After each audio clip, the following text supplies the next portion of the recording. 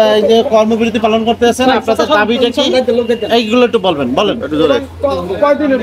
বৈষম্য বিরোধী survey diploma engineer ছাত্র পেশাজীবী অধিকার বাস্তবায়ন পরিষদের ব্যানারে আমরা 1 তারিখ থেকে 3 তারিখ পর্যন্ত সকাল 9টা থেকে দুপুর 1টা পর্যন্ত কর্মবিরতি পালন করতেছি জেলার সমগ্র বাংলাদেশে একযোগে, এবং এই জেলার সকল ডিপার্টমেন্টের সার্ভে ডিপ্লোমা ইঞ্জিনিয়ারগণ এই কর্মসূচির আওতায় কর্মবিরতি পালন করতেছে।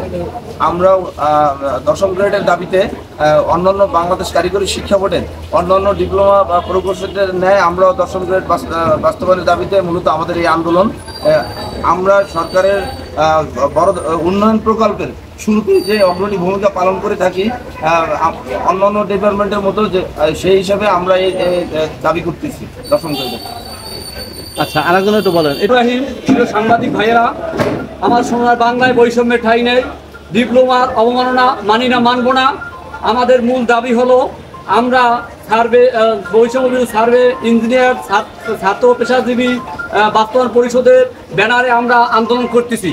আমার আন্দোলন করার মূল লক্ষ্য হলো গণপ্রজাতন্ত্রী বাংলাদেশ সরকারের জনপ্রশাসন মন্ত্রণালয় 1994 সালের 164 নম্বর স্মারকে বলা হয়েছে সমস্ত ডিপ্লোমার মান ইকুয়াল ভ্যালু। এর ইতিমধ্যে বাংলাদেশের 32টা ট্রেডের ভিতরে 32টা টেকনোলজির ভিতরে 31টা টেকনোলজি এই দ্বিতীয় শ্রেণী বা 10ম গ্রেডের মান তারা পেয়েছেন। কিন্তু আমরা একমাত্র হতভাগা জাতি, সার্ভেয়ার জাতি, যারা বাংলাদেশের উন্নয়নমূলক যত কাজ আছে কাজের প্রথম অগ্রাধিকার ভূমিকা পালন করি। আমরা বাংলাদেশের ডিজিটাল জরিপের সাথে জড়িত, আমরা ভূমি উন্নয়ন অধিকার কাজে জড়িত, আমরা বাংলাদেশের সরকারের যে জমি অধিগ্রহণ, সরকারের যে রাষ্ট্রের যে সরকার সম্পত্তি, সে সম্পত্তি অধিগ্রহণ সহ সরকারের সম্পত্তি রক্ষণে অগ্রাধিকার ভূমিকা পালন করি। বাংলাদেশের যত কালভার্ট, ব্রিজ, সড়ক, মহাসড়ক, হাট বাজার থেকে শুরু করে সরকারের যত প্রকারের উন্নয়নমূলক কাজ, প্রকল্প বাস্তবায়ন, প্রকল্প তৈরিকরণ, সমস্ত কাজে জরিপ কাজে সার্ভেয়ার প্রথমভাবে অগ্রাধিকার ভূমিকা পালন করা সত্ত্বেও অদ্যাবধি পর্যন্ত আমরা এই বৈষম্যের শিকার। কোঠা আন্দোলন করে বাংলাদেশের 5 তারিখে, জুলাই মাসের 5 তারিখে, আগস্ট মাসের 5 তারিখে গণউত্থানের মাধ্যমে এই সৌর শাসনের পতন হওয়ার পর আমরা এই সৌর শাসনের প্রতিবাদ লোকের পানে আমরা আমাদের অধিকার থেকে বঞ্চিত হয়েছি। আমরা দীর্ঘ 30 বছর যাবৎ আমাদের অধিকার দাবির জন্য আমরা প্রাণপণ চেষ্টা চালিয়ে যাচ্ছি।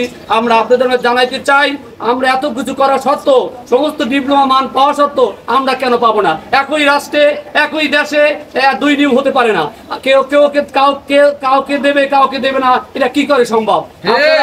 আপনারা জানেন, আপনারা দেখছেন যে আমাদের যে পরিপত্রে এবং আমাদের কারিগরি বোর্ড, সেখানে তারাও বলছে যে আমরা এই ডিপ্লোমার 2nd ক্লাসের মান হকদার। এবং আমাদের 13 সালে এবং 18 সালে সারা বাংলাদেশের ভূমি মন্ত্রণালয় জেলা প্রশাসকের মাধ্যমে তথ্য নেওয়া হয়েছে। সেখানে জেলা প্রশাসক মহোদয় বলেছেন যে আমরা আসলে 3য় শ্রেণী পাওয়ার যোগ্য এবং 10ম গ্রেড পাওয়ার আমরা যোগ্য।